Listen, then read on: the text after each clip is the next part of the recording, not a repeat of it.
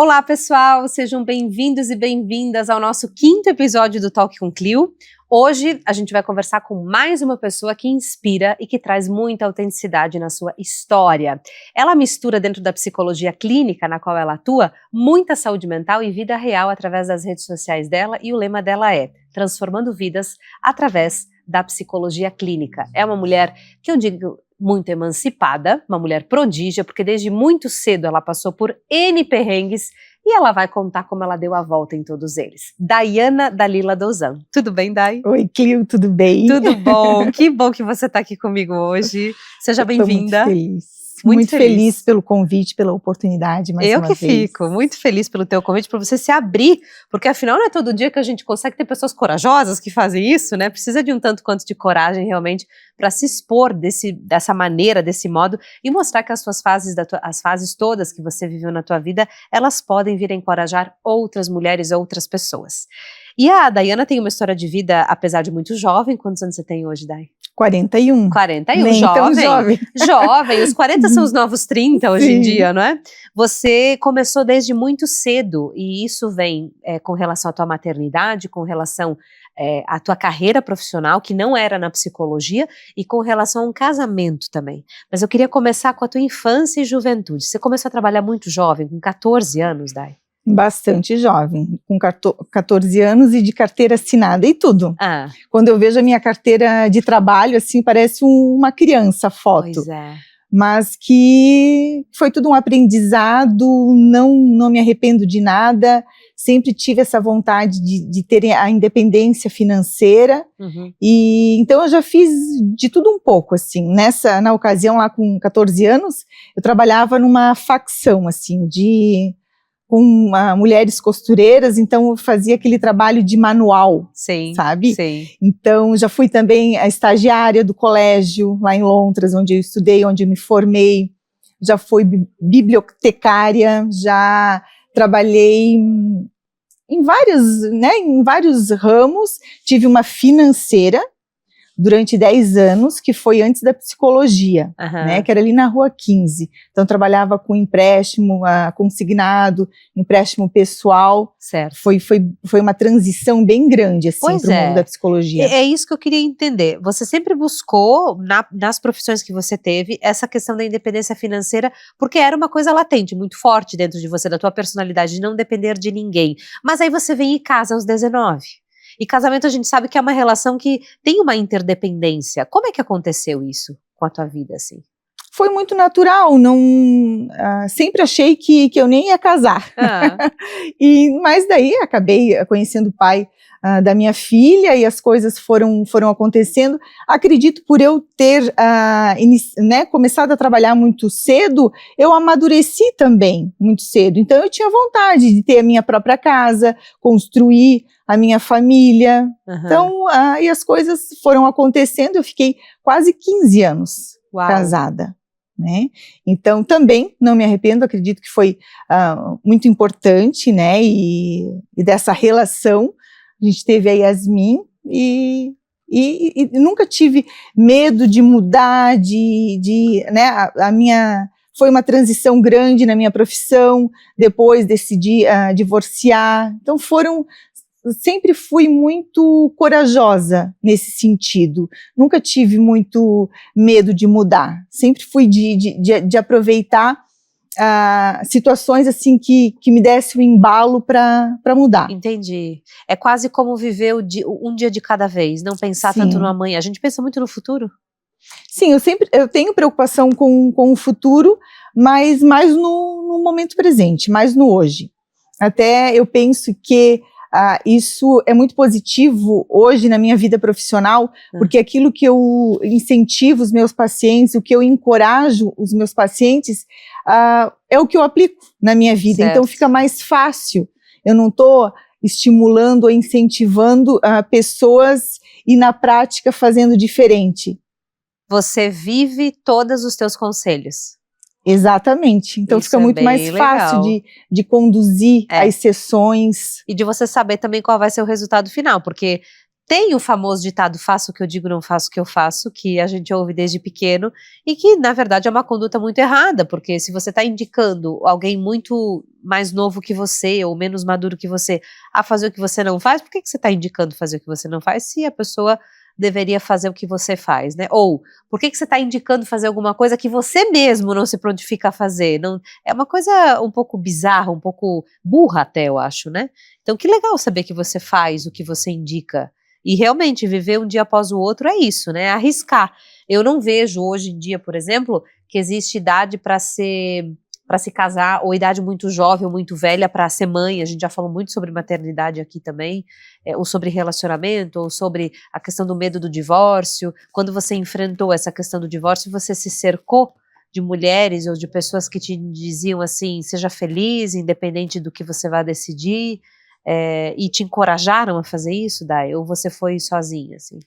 Não, eu sempre tive uma rede de suporte, né? Tanto da minha família, como as minhas amizades, sempre relações saudáveis. Então, eu nunca me senti sozinha. Sempre tive o apoio de pessoas importantes na minha vida.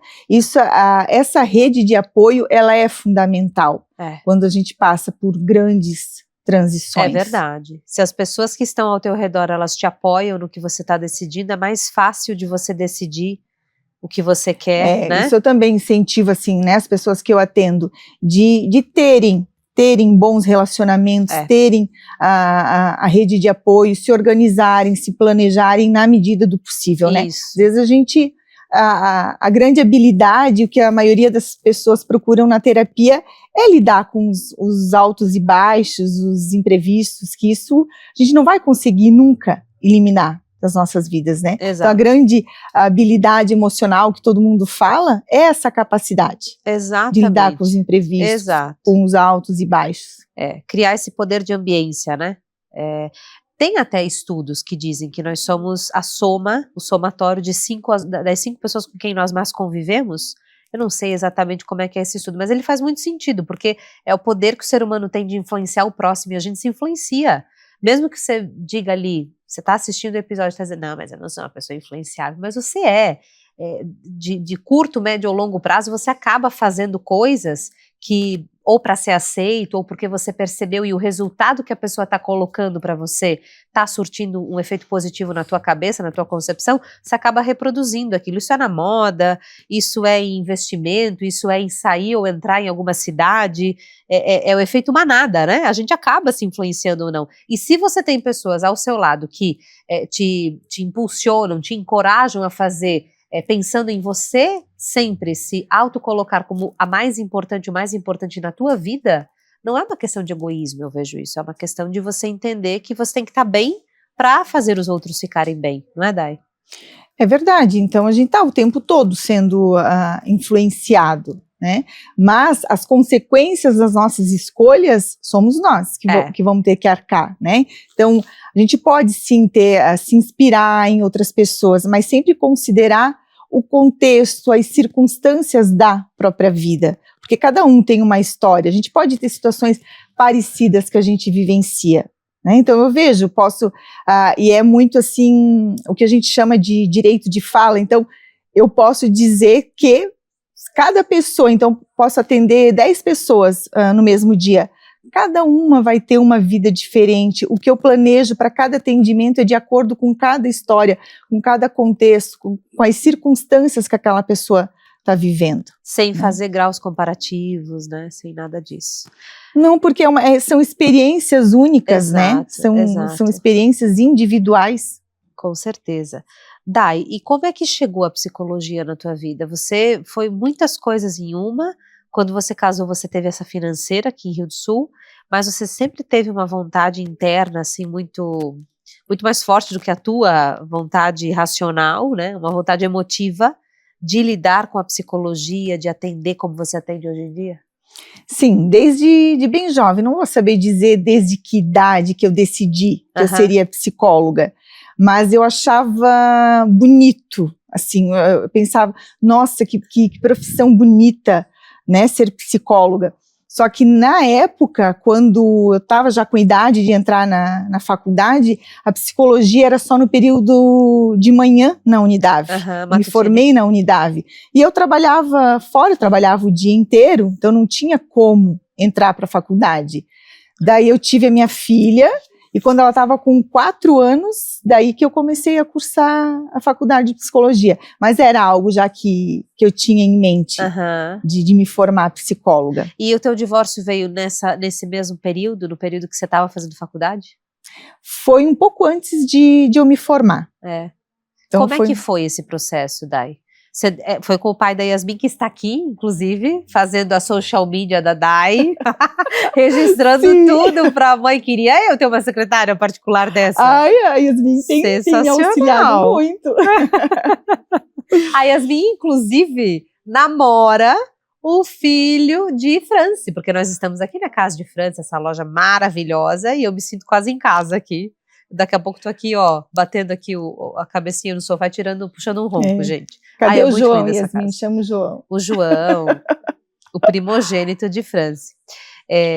O teu divórcio, ele foi um momento, assim, muito sofrido, Dai, na tua vida? Você precisou de muito amadurecimento numa fase em que você não era a mulher mais madura, vamos combinar. Você tinha ali entre 20 e 30 anos, você era uma mulher jovem. Sim, eu já tinha mais de 30 anos quando eu divorciei. Como todo processo de separação, de divórcio, tem cara de luto, né? A separação, então, de um relacionamento longo, quando se tem filhos, é mais delicado ainda. Mas foi uma decisão muito madura. Então, teve o sofrimento, que é inerente à separação, mas de forma muito, muito madura. Eu sabia que eu já tinha concluído aquele ciclo com o pai da minha filha, então a gente terminou a relação sempre com muito respeito, com maturidade, na medida do possível, porque no divórcio tem altos e baixos também, né? Mas graças a Deus deu tudo certo e as coisas foram seguindo. Logo depois do meu divórcio, 1 ano depois, eu perdi a minha mãe, né? Que eu já comentei um pouco. Então, ali que acredito que essa dor, ela foi tão grande que o divórcio, comparar o meu divórcio, mesmo que teve esses altos e baixos, com a perda da minha mãe, foi uma situação que daí deixou de ser um grande problema na minha vida. Uma grande dor, porque tinha uma dor maior. Porque daí tinha uma dor maior. Que encobriu isso. Inclusive, você me contou em off que a tua mãe faleceu e ela faleceu quando você estava presente com ela. Sim, foi de repente, né? Ela teve um infarto, até amanhã, faz 6 anos que ela faleceu. E isso foi numa segunda-feira, bem cedinho. E no final de semana, ela tinha se sentido mal. Então eu fui até a casa dela e para ver como é que ela estava, e daí a gente tinha decidido, eu, meu pai, minha irmã, os meus irmãos, porque no dia até o meu irmão estava de férias em casa, que a gente iria acompanhar ela ao médico, e se a gente não tivesse a clareza do que ela tinha, o porquê que ela não estava se sentindo bem, a gente procuraria um especialista, e daí ela foi na consulta médica com a cardiologista, que era inclusive uma amiga dela, ela sofreu um infarto. Então, não estava só eu, né? Estava eu, minha irmã e meu pai. Que loucura. Então, diante de uma dor assim, hoje eu penso que, olha o privilégio de estar com ela, né? Nesse momento. É o que resta, você procurar o que há de bom diante de uma dor tão grande ou de uma lembrança que eu nunca vou conseguir apagar da minha memória. Então, o que a gente faz, o tal ressignificar, é isso. Hoje eu penso, né, eu guardo isso no meu coração, assim, de que ela não estava sozinha, não houve dor, foi de repente, igual um botão assim que apaga, desliga a pessoa. Foi mais ou menos isso. Talvez se eu pudesse escolher, assim, de que forma tu gostaria que as pessoas que tu ama fossem fazer a passagem que a gente diz, seria dessa forma, né? sem sofrimento e junto com as pessoas que mais ama, né? É verdade. Estou pensando aqui em que maturidade que você precisou ter no momento também, né, disso acontecer, porque nunca é fácil o luto. Nunca é uma coisa que você consegue digerir assim na hora. E por mais que a gente saiba que uma das grandes verdades da nossa vida é que a gente vai morrer em algum momento e vai deixar esse corpo, 100% preparados, eu acho que a gente nunca tá para isso acontecer. A gente consegue ter estágios assim na nossa vida, fazer estágios, mas assim, o acontecer mesmo, de fato tem que acontecer para você saber como você vai reagir e como você vai enfrentar após isso, esse luto que você comentou, né? E há pessoas que buscam atendimento, terapia, porque tem dificuldade de pensar, e quando eu perder meu pai, minha mãe, ou eu vivo com esse medo de que aconteça alguma coisa com os meus filhos, mas não há como se preparar, porque a gente não... Eu sempre achei que minha mãe fosse morrer de velhinha, né? Nunca imaginei. Ela tinha 57 anos. Uau, que quando ela faleceu. Que então não tem como antecipar um sofrimento assim, porque a gente não faz a menor ideia de como é. Exatamente. Só que não tem muita escolha. Você tem que seguir, né? A Yasmin ainda era pequena, então faz 6 anos, a Yasmin estava com 11, 12 anos, e eu precisava seguir. Meu grande desafio foi voltar a retornar ao trabalho. Para estar bem para os teus pacientes. Sim. Eu lembro que um dia fazia uns 15 dias, eu fiz uma pausa de 15 dias, daí eu voltei para o trabalho.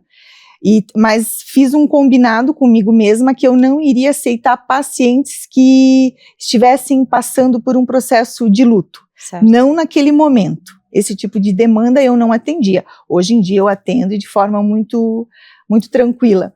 Mas que eu estava me organizando para iniciar os atendimentos e era uma clínica que eu atendia. Então tinha pessoas que eram atendidas por outros profissionais que estavam na sala de espera.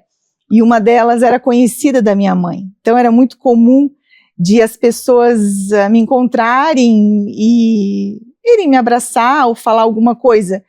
E daí aquele dia eu desmontei. Daí eu precisei, porque daí a gente falou sobre, né? Eu lembro que eu tive que desmarcar meus pacientes daquele dia. Então foi um grande desafio, assim, de continuar trabalhando e na minha profissão, assim, de estar bem, né? Então, se eu não estou me sentindo totalmente entregue nos meus atendimentos, eu prefiro desmarcar, remarcar. Então, isso aconteceu logo que eu perdi minha mãe, né? Hoje em dia eu falo com tranquilidade. Levou um tempo também para você processar esse luto e conseguir até atender pessoas em luto. A dor não passa, né? A saudade, ela é do tamanho do amor, né? Então, mas a gente vai se tornando suportável. E na dor a gente amadurece, a gente cresce. E a realidade precisa ser encarada. Então, ou você... É uma decisão que você toma. Agora é comigo, agora eu sigo em frente. E a gente consegue. Consegue, né? Consegue. Ela faz muita falta para você, Day? Muita falta. Para mim, para os meus irmãos, para o meu pai. Eram quase 40 anos de casados, para minha filha. Então, minha mãe era muito conhecida. Minha família mora em Londres, ela morou sempre em Londres. Ela foi vereadora 3 vezes da cidade de Londres. A pracinha de Londres leva o nome dela, Chica Douzan. Era uma pessoa muito querida na cidade, ela amava as pessoas, ela estava sempre de bem com a vida, mas cuidava mais dos outros do que dela mesma, né? Tanto é que ela se foi jovem por questões de saúde. Tá aí o legado que ela deixa, né? Da gente se cuidar sempre. Você tem um protocolo, um passo a passo, alguma coisa que você poderia compartilhar conosco de como que você se cuida mental e fisicamente para, primeiro, não absorver, não se envolver emocionalmente com os seus pacientes? Isso devem ter protocolos, inclusive, de psicologia, né? Para você ter aquele espaçamento e você não achar que a dor é sua, ou levar esse problema para a tua casa e alugar um apartamento na tua cabeça, e também para você se renovar, de noite para o dia seguinte, para novos atendimentos no dia seguinte, porque a carga é muito grande de pessoas que fazem terapia. A gente sabe que não é medindo uma dor menor do que a outra, mas todo mundo sente esse peso como o peso absoluto, né, da sua dor. A minha dor sempre é maior do que a do vizinho, né? Como que faz a Daiana para elaborar, para administrar tudo isso, Dai? Olha, eu vou te dar uma resposta bem realista. Na faculdade, a gente aprende que você não pode criar vínculos com o paciente. O vínculo no sentido, né, de levar para casa a demanda, de se envolver demais. Então, eu não atendo pessoas da família, né, parentes, eu não atendo justamente porque daí tem essa ligação. Mas até mesmo há professores que dizem, você não deve ter tanto contato físico, evitar de dar um abraço, porque tudo isso vincula, né? Cada abordagem da psicologia também trabalha isso de maneira diferente, mas eu vinculo bastante com os meus pacientes. Acredito que esse é um dos grandes diferenciais do meu trabalho. Eu tenho pacientes novos chegando toda semana, mas eu tenho pessoas que eu atendo há mais de 5 anos, justamente por esse vínculo que se cria. Eu acho difícil não levar para casa. Então, muitas vezes em casa, sim, os meus pacientes vêm à minha cabeça, seja para pensar, será que está se sentindo melhor? Será que conseguiu tomar tal decisão? Ou mesmo de pensar qual o caminho, que direção que eu poderia dar. Então, tu assiste alguma coisa, tu vê, tu lê, eu estudo bastante. Isso aqui que eu estou vendo agora, eu vou encaixar na próxima sessão, que pode ajudar esse paciente que eu estou atendendo. Eu tenho essa dificuldade de me desligar totalmente. Mas hoje eu não vejo isso como um problema. Eu penso que a psicologia é uma missão de vida, sabe? Vai muito além de uma profissão somente. Sim. Então eu não faço questão de não vincular com os meus pacientes. Eles sabem que eles podem contar comigo, a maioria, né?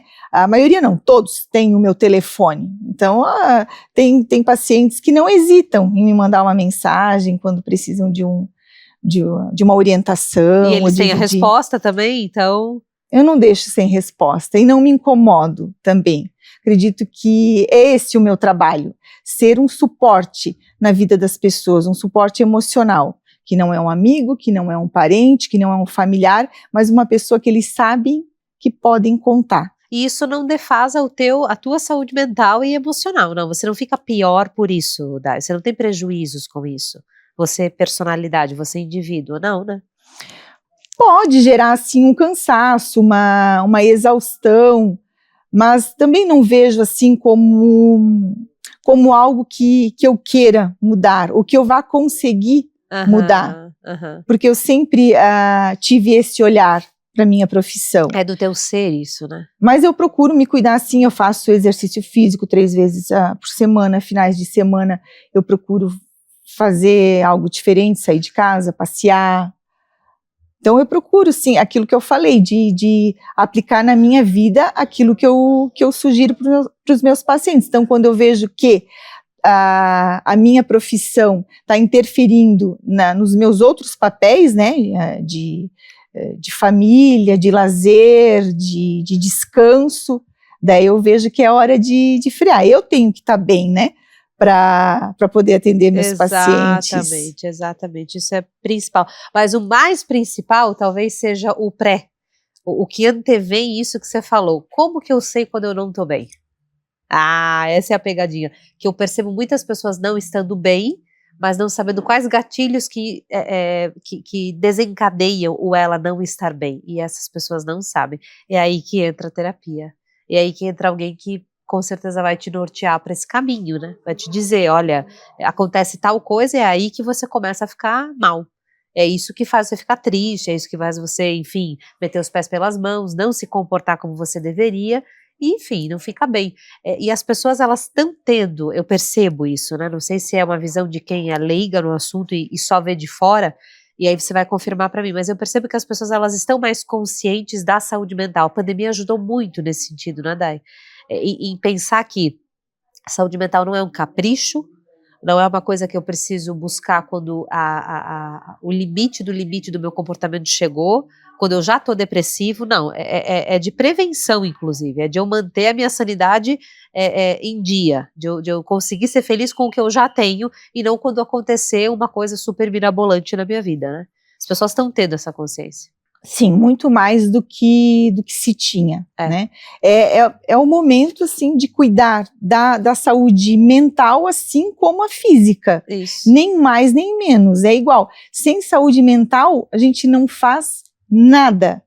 Então, por que numa empresa ou qualquer instituição há todo um trabalho de prevenção para que não haja acidentes de trabalho, acidente físico, tem todos os equipamentos de proteção. E para a saúde mental, o que é oferecido para as pessoas? Exato. É através de orientação, de capacitações. A prevenção ela tem que ser feita. Hoje a saúde mental está entre as 3 principais causas de afastamento de trabalho, de adoecimento. Isso é muita coisa. É muita, né? Muita coisa para um momento como a gente vive de século XXI, né? Que a gente deveria estar muito além, né? E nesse daí, sentido. Igual você citou, como perceber. Quando através do cansaço, quando você já não quer mais fazer aquilo que te dava prazer antes, começa a recusar convites, aquilo já são sinais de cansaço, de exaustão, fisicamente também começa a diminuir o apetite ou aumentar o apetite, ou acaba desenvolvendo alguma compulsão, ou quer dormir muito, ou perde o sono, esses sinais que o corpo vai dando. Mas é sempre no limite, assim, ou é muito ou é pouco, nada. É sempre, não é um equilíbrio. A gente percebe que você comentou da alimentação, né? Ou é muito apetite ou é pouco, nada. Ou é muito sono ou é nada de sono. Então é sempre no extremo que a pessoa vai.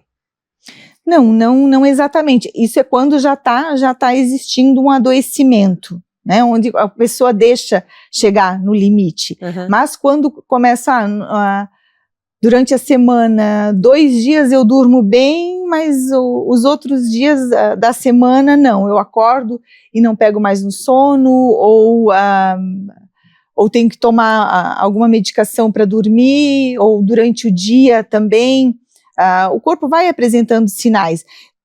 Sempre o que a gente deve considerar é a frequência e a intensidade dos sinais e sintomas que o corpo vai apresentando. Certo. Então, se tornou frequente, se tornou intenso, precisa avaliar. Precisa avaliar, legal. Você comentou que você estuda muito, né? Hoje você está com algumas pós-graduações em andamento, e como que você concilia isso, Daiana? Pois que loucura, minha gente! Dá de assimilar tudo que você estuda? Olha, ao mesmo tempo? Talvez esse seja o meu ponto fraco, assim, é o que eu não sugiro daí para as pessoas. Né?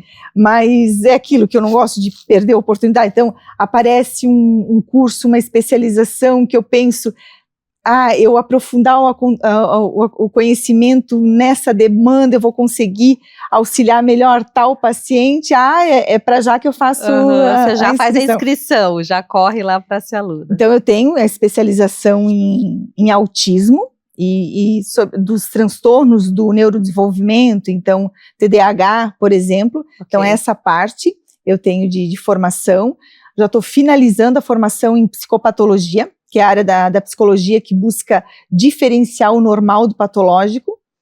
Daí eu estou me formando em terapia cognitivo-comportamental e estou fazendo obesidade e emagrecimento. Nos finais de semana ou quando eu chego mais cedo em casa. Claro que eu não vou passar o final de semana todo estudando, mas eu costumo acordar cedo. Eu não sou muito de dormir. Tem gente que sente prazer em dormir muito, né? Eu não. Eu sinto prazer em estar acordada. Você tá acordada vivendo. Sim. Eu durmo. Adorei. Eu durmo o suficiente, eu diria. Sim. As tuas horas suficientes são o quê? 8 horas ou menos? Você consegue com menos horas, tá ok? Menos. Menos? Eu devo dormir uma média, assim, 6 horas, 7 horas. Porque isso, você percebe que isso é uma coisa meio fisiológica, assim. Eu já ouvi pessoas que, não, eu com 5 horas eu tô ótimo. Gente, eu queria ser essa pessoa. Na próxima encarnação, né, Deus me põe nessa fila de 5 horas de noite e deu, acabou. Porque você rende mais, né, a vida faz mais sentido. Se eu não dormir 8 horas, eu tô muito imprestável, muito. Isso é bem individual, bem particular.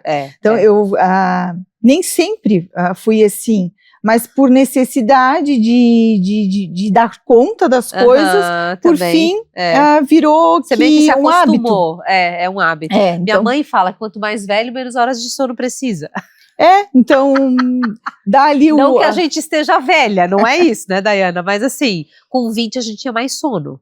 Não é verdade? Sim, a gente tinha mais tempo também para dormir. É verdade. Agora, clareia o dia, eu já quero começar a fazer minhas coisas. A Yasmin já tem que acordar, a casa já tem que acontecer, né, Yasmin? É quase isso. Sim. Muito bom. Dayana, a gente está quase acabando aqui. Antes até de eu finalizar com ela, eu queria lembrar a todas vocês que me acompanham aqui, que o nosso Talk com Clio tem vários parceiros que apoiam aqui a nossa causa, né? E que patrocinam esse programa. Então, mandar sempre um beijo muito especial para as meninas, para o casal Alfazemas Café, Mérida e toda a equipe por lá, que é uma família em Ibirama. Mandar um beijo especial para a família da Empório Smart, que atende você aqui em Rio do Sul. Também para a Diana Maria, estúdio lá em Braço do Trombudo, e também a equipe da contabilidade Gills e Neckel. Então agora eu vou chamar os nossos plim-plims, os nossos comerciais, e eu volto já com a Dayana.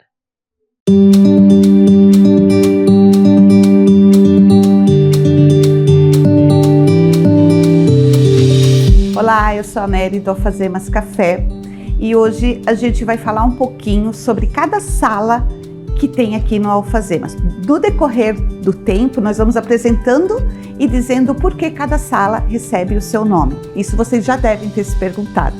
A gente começa pela Sala das Flores, que é a mais procurada. A Sala das Flores foi uma sala que foi pensado diferente de todas as outras. Os antigos proprietários que moravam nessa casa, eles tinham por sobrenome Flores, e nós tínhamos o intuito e o desejo de homenagear essa família, tendo em vista que para eles foi um desapego muito grande e até uma dor por terem toda a vida estado nessa casa. Então, quando nós pensamos nisso, não tínhamos como homenageá-los. Café com flores, eu teria que vender flores, algo assim. Então a nossa arquiteta disse, e que tal a gente nomear uma das salas com o sobrenome deles, Sala das Flores. E essa sala aqui então foi escolhida para homenagear a família Flores, antiga proprietária dessa residência, porque também essa sala dá vista para o jardim, onde a gente tem as flores plantadas. Então agora vocês estão na Sala das Flores, a sala que recebe o nome dos antigos proprietários da casa da Alfazemas Café.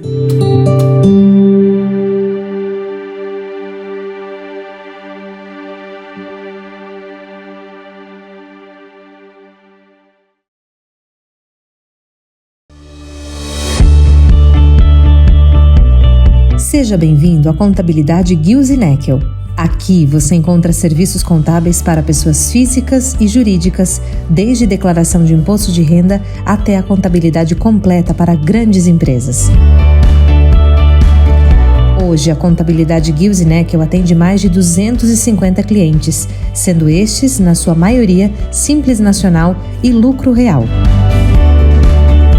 E conta com uma equipe especializada de 14 colaboradores com formação na área e cursos técnicos atualizados. A Contabilidade Gills e Neckel fica localizada no início do bairro Tabuão, na cidade de Rio do Sul, Santa Catarina.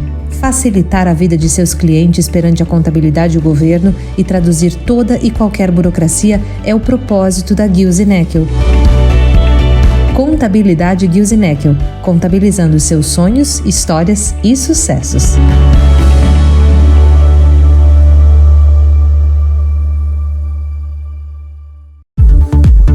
Olá, eu sou o Diego, seja bem-vindo à Empório Smart, a melhor loja, a mais completa de celulares, acessórios e assistência técnica da região do Alto Vale.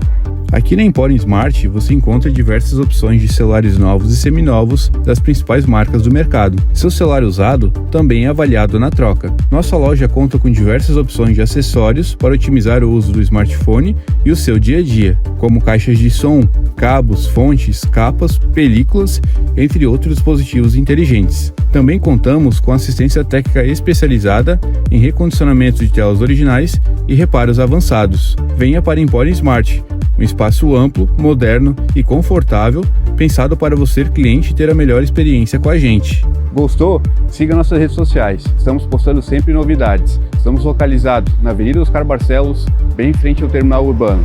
Seu novo celular está aqui. Venha nos visitar.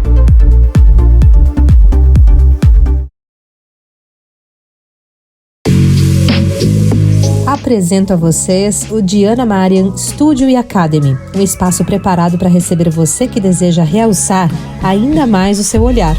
No Diana Marian Studio e Academy, os procedimentos são realizados pela própria Diana, que é especialista em extensão de cílios.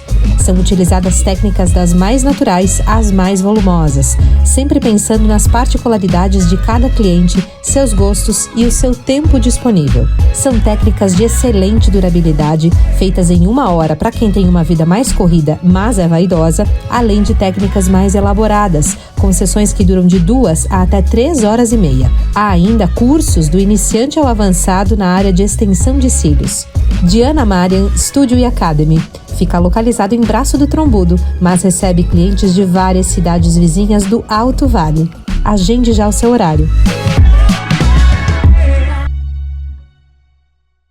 Bom, sempre tem uma pergunta que eu faço aqui para as minhas convidadas, e os próximos episódios vocês vão conferir que haverão convidados nesse talk aqui, mas a Daiana também, no meu gênero feminino, eu preciso perguntar sobre ela ser ou não uma porta-voz para um grupo de mulheres, porque eu percebo que esse negócio, Daiana, da gente se juntar em grupos, tem sido mais forte, tem sido uma tendência com o passar dos anos das mulheres se darem as mãos, se enxergarem como parceiras e não como opositoras ou como concorrentes, via de trabalho, via de relacionamento, enfim, fortalecer essa sororidade, aquilo que a gente fala que é uma mulher não largar a mão da outra, né, em nenhum momento. Mas sempre tem aquelas que saem à frente.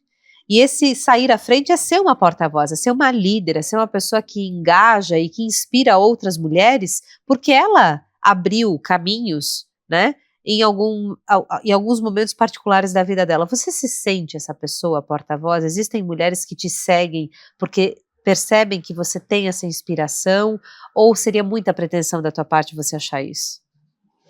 Não diria pretensão, né, mas uma responsabilidade muito grande, né? Então, me sinto muito honrada se eu de alguma forma inspiro outras mulheres. Eu procuro fazer aquilo que precisa ser feito, busco ser competente naquilo que faço, busco ser uma boa mãe, uma boa amiga, uma boa namorada. Eu busco fazer, né, o que é de melhor em cada papel. Nem sempre a gente consegue, mas que eu seja inspiração para outras mulheres, assim como eu me inspiro em tantas mulheres, né? Então, aquilo de que a mulher é o sexo frágil não se sustenta mais, né? Então, a gente dá conta da nossa própria vida, a gente consegue, isso de estar mais forte, as mulheres se apoiarem é muito bacana de ver, porque é esse suporte que às vezes a gente precisa, né? E é isso, é uma dar oportunidade para outra, para que a gente possa chegar em mais pessoas, em mais mulheres, em mais famílias. Isso. Eu acho que é por aí. Não enxergar outra como alguém que vai melindrar contigo, que vai tirar. Na verdade, vai sempre somar, né? Esse deveria ser o objetivo, né? Há quem está ainda num processo de se dar conta disso, né? Mas hoje as mulheres estão alcançando mais assim, esse insight de... Estão mais conscientes, sim, né? mais Quanto a conscientes. isso. É verdade. O que a gente pode esperar da Daiana daqui a alguns anos?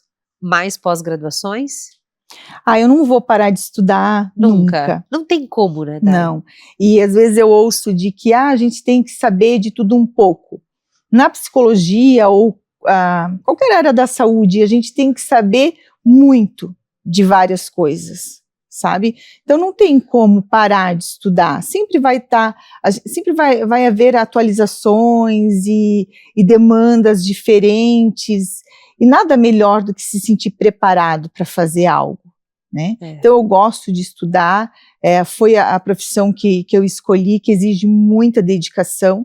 No momento preciso concluir as minhas pós-graduações, mas com certeza esse ano vão acontecer as conclusões, com certeza. Legal. Porque aí a gente já sabe, também pode vir a ter papos assim mais segmentados sobre cada assunto, certeza, né? Sim. Que são pós-graduações bem específicas, né, sobre cada tema, que o ser humano é uma caixinha de surpresa, é sempre uma Pandora o que tem lá dentro, pode sair de tudo quanto é coisa, e você focar em determinadas áreas é interessante até por você estar na clínica e saber quais as demandas das pessoas, né? Como você comentou, para atender melhor os seus pacientes, né? E um dos meus planos, alguma coisa eu já faço também nessa área, mas de sair da clínica, né? De ir além da clínica. O que seria Clinicar eu nunca vou deixar de fazer, porque é a minha grande paixão, né? Mas de palestras, grupos, para promover a saúde mental. Ótimo. Em assuntos específicos, hoje eu vou falar sobre ansiedade, hoje eu vou falar sobre depressão, hoje eu vou falar sobre obesidade. Essa é uma das minhas grandes metas também. Legal. Ir além da clínica. Isso é ótimo, porque oratória você já tem, né? É a pessoa despachada, a gente pede, Daiana, você vem? Tô lá já. Só me fala o horário que eu já tô lá. Eu não perco oportunidades. Isso é muito bom. Enxergar é isso, é enxergar o copo meio cheio. Enxergar como oportunidade as coisas. É esse olhar bonito que a gente tem que ter sobre a vida e sobre aquilo que surge pra gente dos outros, né? Porque tem muita gente que, quando recebe um convite desse, se acanha, se acovarda, ou enfim, não se sente preparado, e como você comentou, perde essa oportunidade. O que poderia vir de melhor na vida dela se ela topasse, ou ele, enfim, né? Não estou julgando ninguém, mas assim, é olhar sempre por um aspecto do positivo, né? Do copo meio cheio, eu acho que é por aí. A oportunidade chega, é claro que vai gerar uma ansiedade, um medo. O novo, né? O novo. Sim, mas aí vai com medo mesmo que as coisas vão acontecendo, né? Então, diante de qualquer coisa nova, vai dar aquela apreensão, né? Mas depois é tão gostoso quando a gente participa, quando a gente aproveita, que vale a pena. É verdade, Sim. vai com medo mesmo, que o medo no fim, eu já falei isso aqui várias vezes, né? O corajoso não é uma pessoa que não tem medo, é aquele que, apesar do medo, ele vai lá e faz. Então, exatamente. A Daiana é essa pessoa. Maravilha. Muito obrigada, Dai. O papo foi uma delícia. Eu também achei muito gostoso. Eu que agradeço, e me chama, sempre que me chamar eu venho. Vou chamar sempre para conversar. Eu venho, sim. Conversas segmentadas. Vamos pensar nesse canal. Deixa aqui nos comentários se você quer saber um pouco mais a respeito de algum assunto que a Daiana possa vir a trazer. Autismo.